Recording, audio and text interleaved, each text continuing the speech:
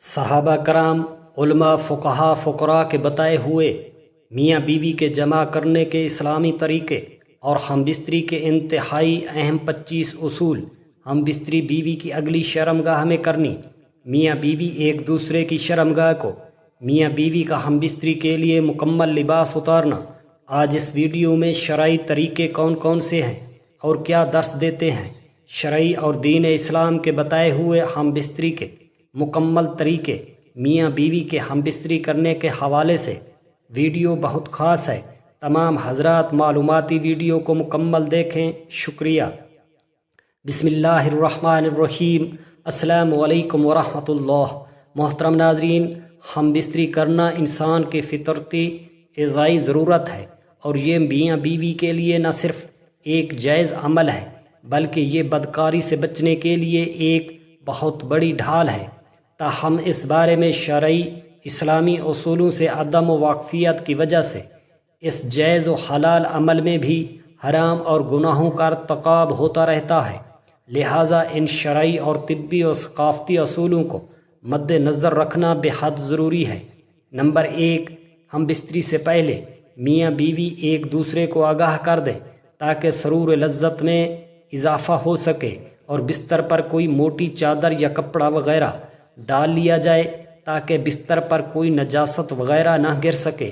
Number 2، جسم سے پسینے وغیرہ کی بدبو دور کرنے کے لیے ہم بستری سے پہلے میاں بیوی دونوں غسل کر لیں تاکہ جسم کی بدبو ہم بستری کے لطف اندوزی کو خراب نہ کر سکے۔ نمبر 3، ہم بستری سے پہلے میاں بیوی دونوں کو دانت اور منہ اچھی طرح صاف کر لینے چاہیے تاکہ ایک دوسرے کی مہک خوشگوار ہو جائے گی اور منہ کی بدبو بہت ناگوار گزرتی ہے۔ نمبر 4، میاں بیوی دونوں الگ الگ ایک رف کپڑا بھی پاس رکھیں تاکہ ہم بستری سے فارغ ہونے کے بعد اپنی اپنی شرمگاہوں کو صاف کر سکیں۔ نمبر 5، بیوی سے ہم بستری افزائش و نسل اور حرام کام سے بچنے کی نیت سے ہو۔ نمبر 6، ہم بستری سے پہلے شوہر جانوروں کی طرح جاتے ہی شروع نہ کرے بلکہ بیوی کو ہم بستری کے لیے ذہنی اور جسمانی طور پر راضی کرے تاکہ ہم بستری سے میاں بیوی کا ایک دوسرے سے اگلی دفعہ ہم بستری کرنے کے لیے چاہت برقرار رہے۔ نمبر 7، ہم بستری ایسی جگہ کی جائے جہاں آواز وغیرہ سننے والا کوئی نہ ہو، ذہنی طور پر کوئی ڈر اور خلل نہ ہو تاکہ میاں بیوی پر سکون سے یہ عمل کر سکیں۔ نمبر 8، ہم بستری انتہائی پردے والی اور محفوظ مقام پر کرنی چاہیے جہاں نہ تو کوئی دیکھنے والا ہو اور نہ کسی کے اچانک آ جانے کا امکان ہو۔ نمبر 9، ہم بستری سے پہلے یہ دعا پڑھنا مسنون ہے۔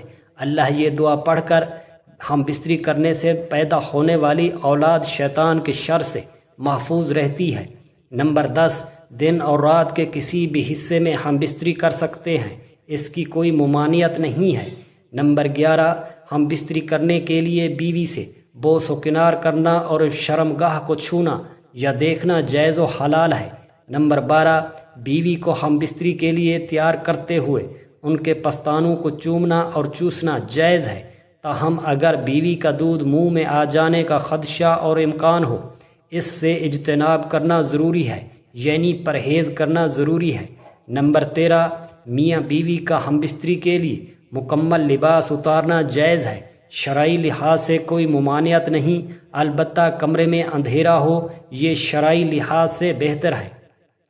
نمبر 14، بیوی کی صحت کا مسئلہ ہو، اس کے علاوہ کوئی عذر ہو تو اسے ہم بستری پر مجبور نہیں کرنا چاہیے کیونکہ بیوی کا ہر دکھ شوہر کے ذمہ ہوتا ہے۔ نمبر 15، ہم بستری بیوی کی صرف اگلی شرمگاہ میں کرنا ضروری ہے۔ نمبر 16، شریعت نے ہم بستری کرنے کی کسی خاص کیفیت کو متعین نہیں کیا، میاں اوپر رہے یا بیوی، یعنی جو بھی کیفیت اختیار کی جائے تمام کیفیات جائز ہیں۔ بیوی اوپر ہو یا مرد اوپر ہو، یا مرد نیچے ہو یا بیوی اوپر ہو، کسی بھی صورت میں ہم بستری کرنا جائز ہے، لیکن مرد کے لیے پختہ طریقہ مرد اوپر ہو عورت نیچے۔ شرط یہ ہے کہ ہم بستری بیوی کی اگلی ہی شرمگاہ میں ہونی چاہیے۔ پیچھے والے مقام پر پخانے والی جگہ پر ہم بستری کرنا حرام اور ناجائز ہے۔ نمبر 17، شوہر کے لیے بیوی کی شرمگاہ کو چومنا بے حیائی ہے، اسی طرح بیوی کے لیے مرد کی شرمگاہ کو چومنا اور منہ میں داخل کر لینا حرام ہے، بے حیائی ہے۔ منہ میں داخل کرنا بے حیائی ہے، اور یہ عمل شرعی طور پر یا ثقافتی طور پر ناجائز ہے، اور یہ کام میاں بیوی کے لیے خوفناک بیماریوں کا سبب بن سکتا ہے۔ نمبر 18، بیوی کے دوبر میں ہم بستری کرنا حرام، قطعاً حرام ہے۔ حضور اقدس صلی اللہ علیہ وسلم کا فرمان مبارک ہے، جو شخص اپنی بیوی کے دوبر میں یعنی پیچھے کے راستے سے ہم بستری کرتا ہے وہ ملعون ہے۔ نمبر 19، حیض اور نفاس کے دنوں میں بیوی سے ہم بستری کرنا حرام ہے، اور ان دنوں میں ہم بستری کو حلال سمجھ کر کرنے والا دائرہ اسلام سے خارج ہو جاتا ہے۔ نمبر 20، مرد کی شرمگاہ عورت کی شرمگاہ میں داخل ہونے سے مرد اور عورت دونوں پر غسل واجب ہو جاتا ہے، چاہے منی کا انزال ہو یا نہ ہو، غسل یا وضو ضرور کرنا چاہیے۔ نمبر 21، ضرورت کے تحت اولاد کے درمیان وقفہ کرنے کی نیت سے ہم بستری کرتے ہوئے منی شرمگاہ سے باہر خارج کرنا جائز ہے۔ تمام فقہ کے حساب سے ہر علماء کرام نے بچوں میں وقفہ کرنا درست قرار دیا ہے۔ نمبر 22، ہم بستری کے بعد میاں بیوی کوشش کریں کہ وہ پیشاب کر لیں تاکہ اندر رکی ہوئی منی باہر نکل آئے۔ نمبر 23، میاں بیوی کا اپنی خلوت اور ہم بستری کی باتیں اپنے جاننے والے دوستوں اور سہیلیوں میں بیان کرنا بے حیائی کی علامت ہے۔ حضور اقدس صلی اللہ علیہ وآلہ وسلم نے اس عمل سے سختی سے منع فرمایا ہے، کیونکہ اس عمل سے بے حیائی پروان چڑھتی ہے۔ نمبر 24، ہم بستری کے بعد غسل جنابت کر لینا بہتر ہے، لیکن اگر صرف استنجا کر لیا تو بھی گناہ نہیں ہے، تاہم اس کے بعد آنے والی نماز کے وقت سے پہلے غسل کرنا ضروری ہے تاکہ نماز قضا نہ ہو جائے۔ نمبر 25، میاں بیوی کا اکٹھے غسل کرنا جائز ہے، اس میں کوئی شرعی ممانعت نہیں ہے۔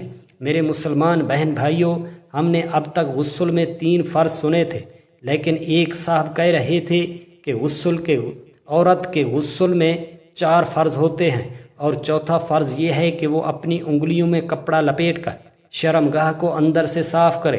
کیا واقعی عورت کے غسل میں 4 فرائض ہیں؟